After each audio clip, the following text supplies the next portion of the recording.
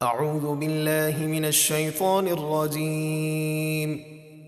بسم اللہ الرحمن الرحیم سبح اسم ربک الاعلی۔ اے حبیب اپنے رب کے نام کی پاکی بیان کیجیے جو سب سے بلند ہے، الذی خلق فسوی،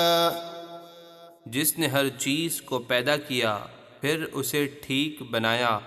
والذی قدر فہدی، اور جس نے ہر ایک کی روزی کا اندازہ فرمایا پھر اسے حاصل کرنے کی راہ دکھائی، والذی اخرج المرعی، اور جس نے زمین سے چارہ نکالا فجعلہ غثاء احوی، پھر اسے خشک سیاہ کر دیا، سنقرئک فلا تنسى، اے حبیب اب ہم آپ کو قرآن پڑھائیں گے جس میں بے انتہا علوم غیبیہ وغیرہ ہیں، تو آپ اس میں سے کچھ بھی نہیں بھولیں گے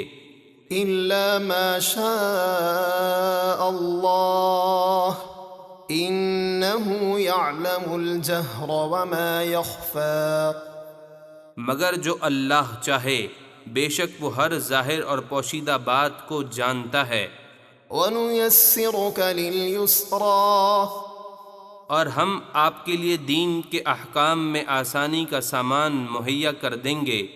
فذكر ان نفعت الذكرى،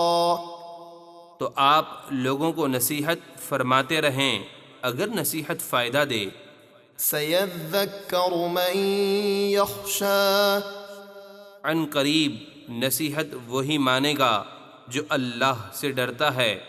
ويتجنبها الأشقى الذي يصلى النار الكبرى، اور اس نصیحت سے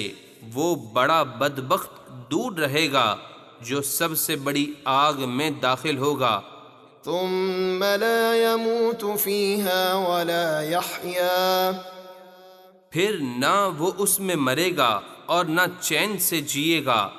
قد أفلح من تزكى وذكر اسم ربه فصلى، بے شک کامیاب ہوا وہ جو کفر و نافرمانی سے پاک ہوا اور اس نے اپنے رب کا نام لے کر نماز پڑھی، بل تؤثرون الحياة الدنيا والآخرة خير